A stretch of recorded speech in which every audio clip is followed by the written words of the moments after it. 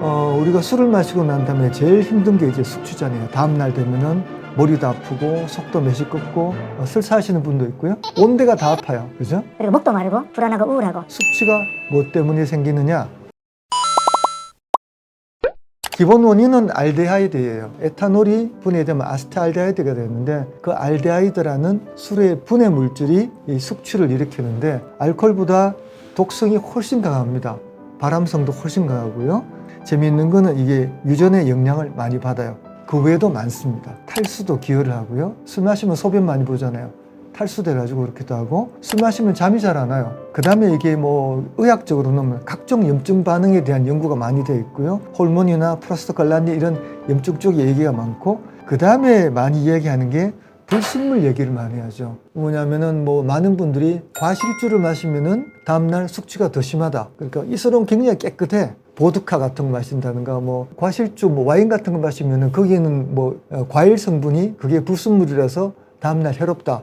과일이 불순물일 수가 있어요? 뭐 그럼 뭐 안주는 뭐예요? 뭐 이런 식으로 이제 얘기를 했는데 불순물이 있답니다.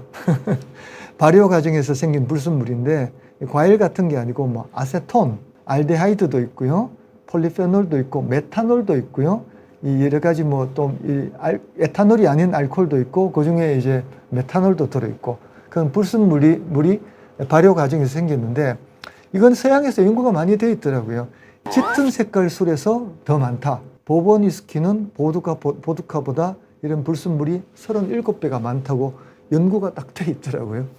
그래서 뭐 어떤 연구를 보면은 이제 숙취를 일으키는 게 순수 알코올, 과일 주스에 탄 순수 알코올, 맥주, 보드카, 진, 화이트 와인, 위스키, 럼, 레드 와인, 브랜디 차례대로 해롭다. 불순물이 많다. 근데 이게 이 불순물과 숙취의 관계에 대한 연구가 많이는 없더라고요. 많이는 없어가지고 하나 이제 대표적인 연구를 2010년대에 나가 찾았는데 95명 대상으로 보본 위스키, 보드카, 물 그래놓고 다음날 이제 수면의 질, 신경 반응 속도, 운전 능력, 집중력, 숙취 정도, 숙취 정도는 뭐 메시꺼리고 두통 뭐 이런 거죠. 저름 딱 측정해 보니까 확실히 보드카에 비해서 보본 위스키가 숙취의 이제 주관적인 증세, 메시꺼리고 졸리고 이런 건 더 심했는데 업무 수행은 별로 차이가 없었다.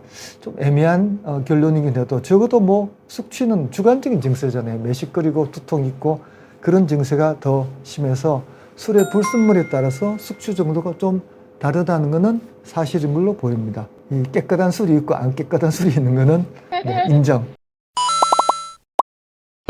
술을 섞어 먹으면 더 빨리 취하고 숙취도 심하다. 이게 좀 의심스러웠거든요. 이게 뭐 섞어 먹는다고 뭐 어떻게 되겠어요. 그죠? 근데 이거를 찾아보니까 관련 연구가 없더라고요. 아직은 못 찾았습니다. 뭐 대부분의 이제 여러 가지 글들이나 외국에도 마찬가지예요. 외국 자료를 찾아보면은 이 술을 섞어 마시면은 더 취하고 숙취가 심한 게 아니고 섞어 마시면은 당연히 많이 마시게 되죠. 불순물이 많은 술, 그게 당연히 섞여 들어가게 돼요. 근데 이게 뭐 섞어 먹으면 흡수가 빠르다. 뭐 이 말은 근거가 없는 것이 대부분의 의견이더라고요. 제 의견도 그렇거든요. 근데 이게 연구가 없기 때문에 뭐라고 말할 수는 없습니다. 숙취 해소 음식, 이거 한번 생각해 보겠습니다. 우리는 술 마시고 다음날 막 머리 아프고 속 메시꺼리면은 뭘 줍니까? 꿀물 주죠, 꿀물. 그 다음에 콩나물국, 뭐 그런 거 줍니다. 그죠? 그게 서양도 같을까요? 서양은 굉장히 다릅니다. 서양은 커피를 줍니다. 우리 커피 마시면 메시꺼리지 않나요? 햄버거를 줘요, 햄버거. 그리고 바나나, 아보카도, 생강차는 뭐 좀 그럴듯한데 커피, 햄버거 나가는 게 우리나라하고 굉장히 달라요. 다시 말하면은 이걸 보고 있으면 뭐 그닥 효과 있는 게 없지 않나 생각이 드는데 숙취 해소 음료 많이 먹잖아요. 며칠 전에 저도 술 마셨는데 누가 하나 갖다 주더라고요. 저도 마셨습니다. 마셨는데 이게 효과가 있느냐? 음료 성분을 좀 보죠. 음료 성분이 대부분은 이제 단일 성분이 아니고 약재 같은 거예요. 헛개나무 열매, 십장생 뿌리, 여명 808의 주성분이 여명인데 이건 뭐 오리나무, 마가목 열매 잘 모르는 겁니다. 타우린도 있고 아스파라긴 여기까지 있는데 아스파라긴은 단일 성분이에요. 그래서 아스파라긴이 그래도 단독 물질이기 때문에 연구가 좀 돼 있고 메커니즘 좀 밝혀져 있어요. 이게 왜 유명하냐? 콩나물에 많으니까요. 콩나물 중에 콩나물 꼬리 쪽에 많습니다.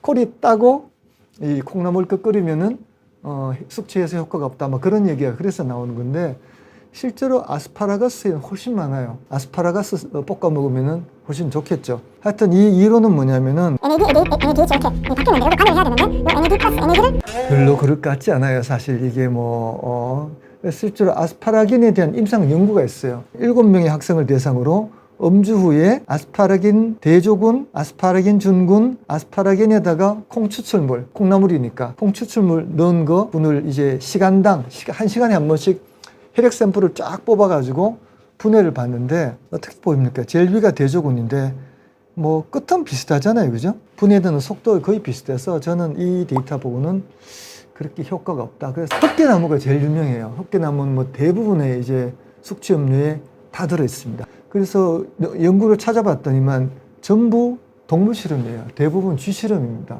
쥐 실험에서 효과 있다는 연구가 굉장히 많은데 사실은 저는 뭐 의사들은 동물 실험 잘 안 믿습니다.